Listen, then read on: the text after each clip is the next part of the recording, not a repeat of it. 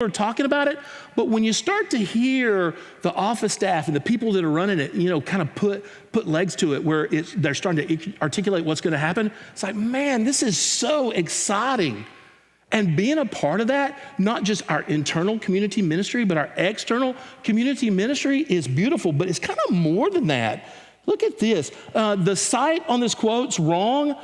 This is actually a Lifeway study from 2018. I think I made a mistake and put Barna 22 like the last ones. I love statistics. 93% of the top 100 growing churches in America have a clearly defined local missions strategy, a local community strategy. Now, I understand that a lot of our church leaders, if I say to them, what is our local church missions, our local missions strategy, they can, to some degree, well, there's a this and a this and a this. But the problem is you ask another church leader and there's a this and a that and the other. And you ask another church leader, well, it's this. And what's fascinating is we do a lot of things in our church community. But do we have a defined local mission strategy? No, we don't. That makes me a little bit nervous. Now, listen, this is easily fixable. It's going to take a little while to kind of organize it. It's going to take a little while, unfortunately, to talk to a few people and say, okay, so we're doing a little here and a little here and a little here. What if we took all those resources and did a lot here? Doesn't that make more sense? And that's going to take a little time, probably a little bit of frustration, but it's okay. But here's the thing. Look at the next one. 97% of dying churches in America do not have a clearly defined local missions strategy. And I would imagine that all these dying churches could say, well, we do this and we do that. And they may. But organizing that and putting that together and making that a priority, that's where ministry happens. Not just, to understand, we're looking for the rifle approach, not just the shotgun approach. And that's when real change happens. So we look at being the salt of the earth and looking at being the light of the earth. And while we get it, it's even really a little bit more than that, because when you look at the grammar that the writer is using, it's not just the plural, you, we are the salt of the earth, you, we are the light of the earth. Actually, it's an emphatic plural. The way the writer is really, the way the writer is really saying this, he's saying you and you alone are the salt of the earth. You and you alone are the light of the earth. And I don't just mean First Baptist Church of Fort Oglethorpe, Georgia in our community. The truth is there are several churches in our community that are really doing well. There's some other civic organizations that are doing really well. But if you look at the big picture of the needs versus the people that are the salt and the light, we got a lot of work to do, because we few people and we alone are the salt, and we alone need desperately to be the light. And that makes the issue so much more important. So what are some practical applications? This is kind of crazy, but bear with me. Are you ready? Number one, Jesus Christ died for the church. That doesn't sound like community ministry, doesn't it? But it does, doesn't it? Listen to this. Jesus died for the church. Here's a passage from Ephesians. It really hits home for me. Husbands, love your wives just as Christ loved the church. And listen to what? And gave himself up for her. Just a reinforcement. Just a little scripture reinforcement. Jesus gave himself up for the church. This church he gave him up for should be people who are the salt and go out and are the light.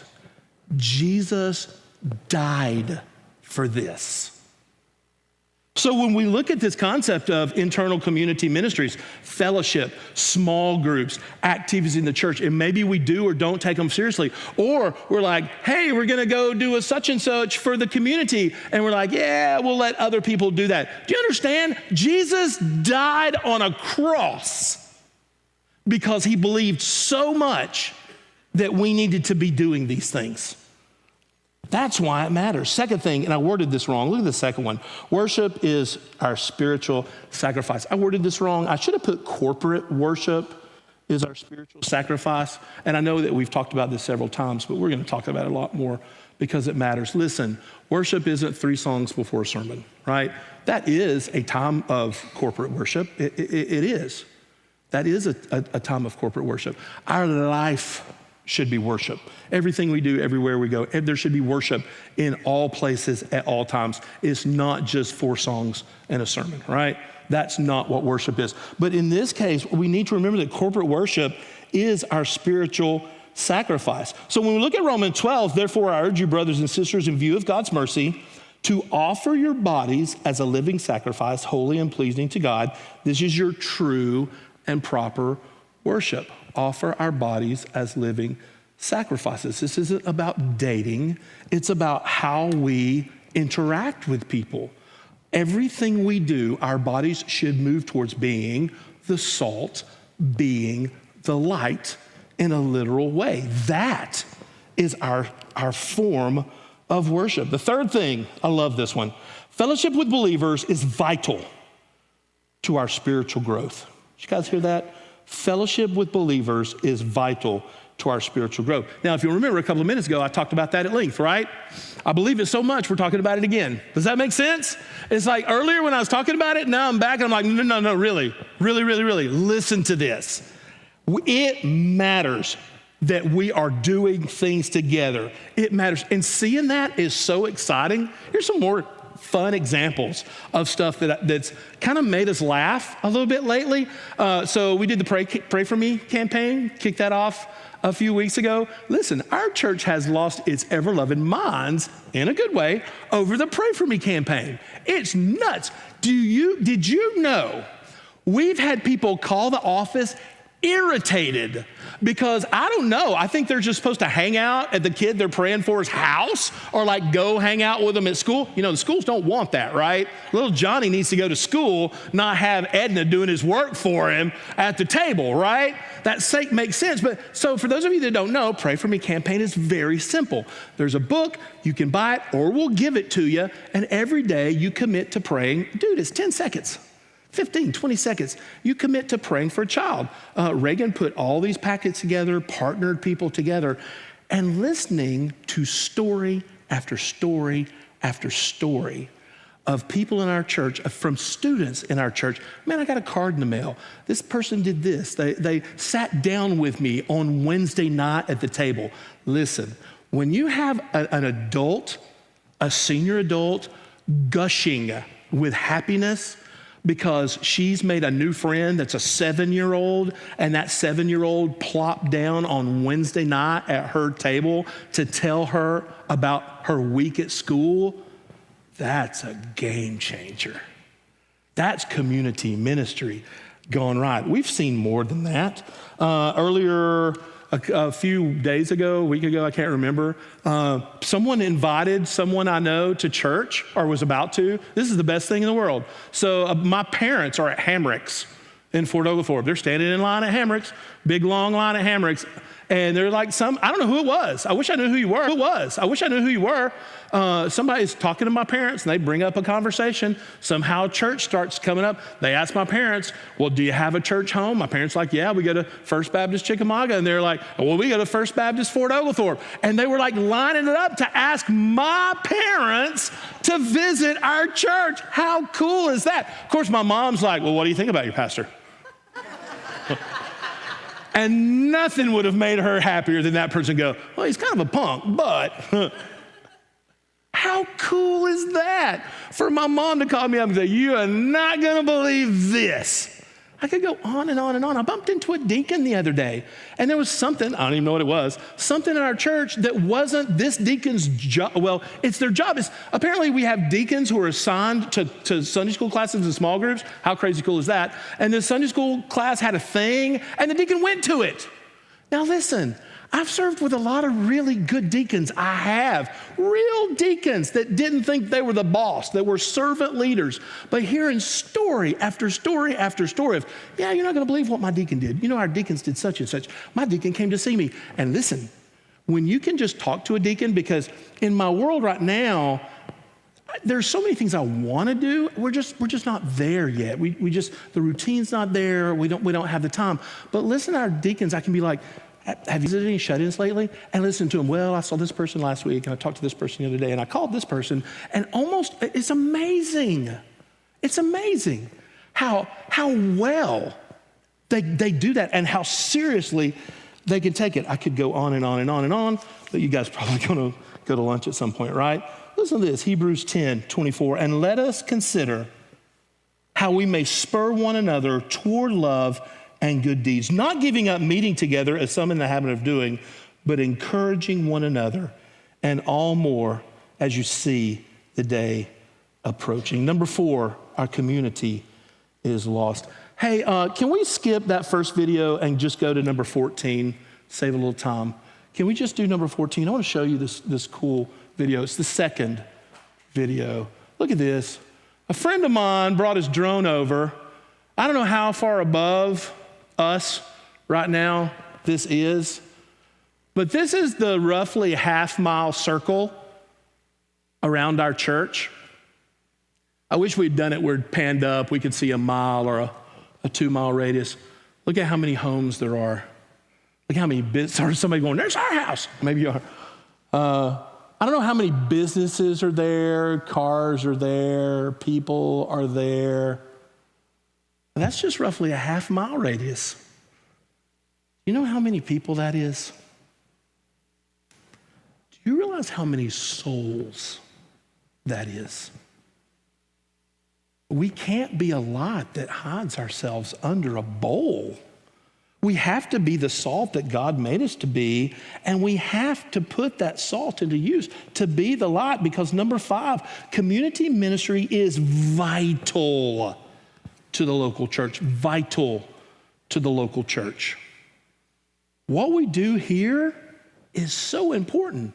Earlier this week, Patrick and I on Monday went to Lakeview Middle School to meet. It was like a business partners meeting. I kind of enjoy those things, sometimes.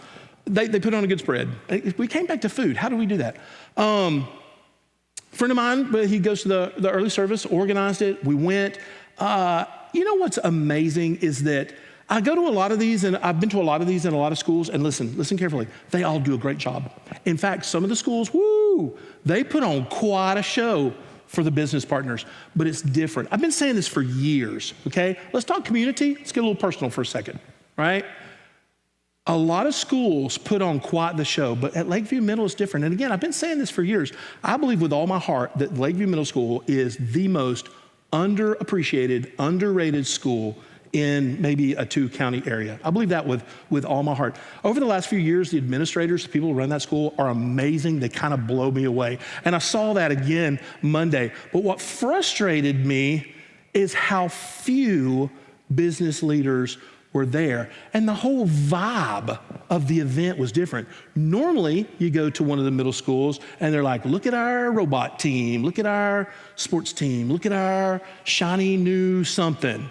But at Lakeview Middle Monday, it was more like, hey, listen, we need some help. We need some real help. Now, let's be fair. A more transient school, a local, lower economic level, teachers, administrators that get it, that by golly get it, but they need some help. And where's that help gonna come from? Well, looking around the room in that business meeting, there's not a lot of people. Now, I wish that we could just cut them a check for $500,000 and say, all right, this will fix a nickel's worth of stuff, right? But it takes more than that. It takes a people who are willing to stand up, because remember, we alone are the salt, and we alone have to be the light. As our musicians start to make their way forward, I want you to just stop and think. I don't know what your community ministry looks like. For me, my ministry in the community started today at roughly 6 a.m. I got a very close friend. His name is Spencer. He used to be a youth pastor in this area, and we've stayed in very, very close touch. He's losing his father, and that hurts. And we've been talking a lot over the last few years. They called in hospice yesterday. I was concerned that this morning I was going to text Spencer and he was going to tell me, yeah, Dad passed away. I've never met his father. His name's Dan. I've never met him. Spencer's up in Nashville with his 3 brothers and aunts and uncles and his mom.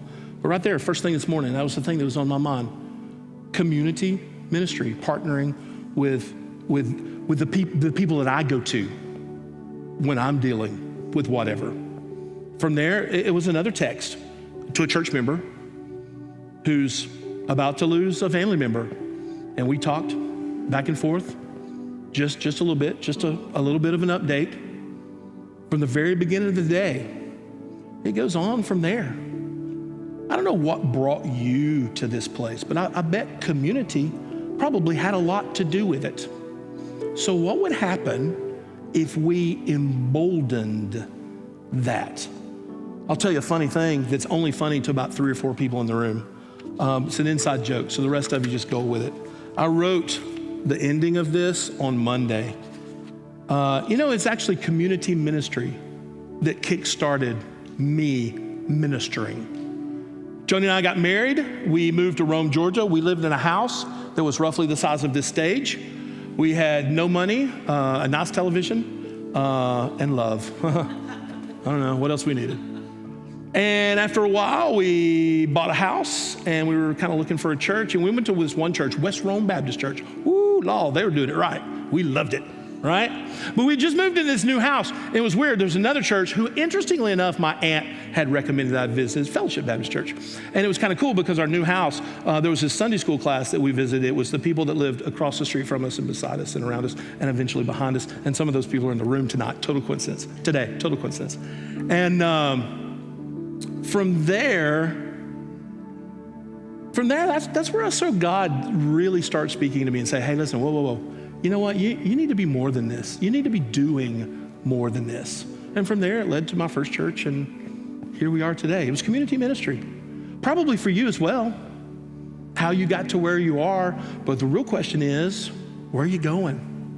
I'm going to ask everybody to stand with me if you would. And we're going to have a time of commitment. I don't know what that looks like for you today, but I would like you to just stop and reflect on your world, what you're contributing to our church's community, what you're contributing to our community at large. But more importantly, are you ready? What do you need from us as a community of believers? What do you need from our community? Because if we work together, amazing things that'll happen. Let's pray. Father God in heaven, Lord, thank you.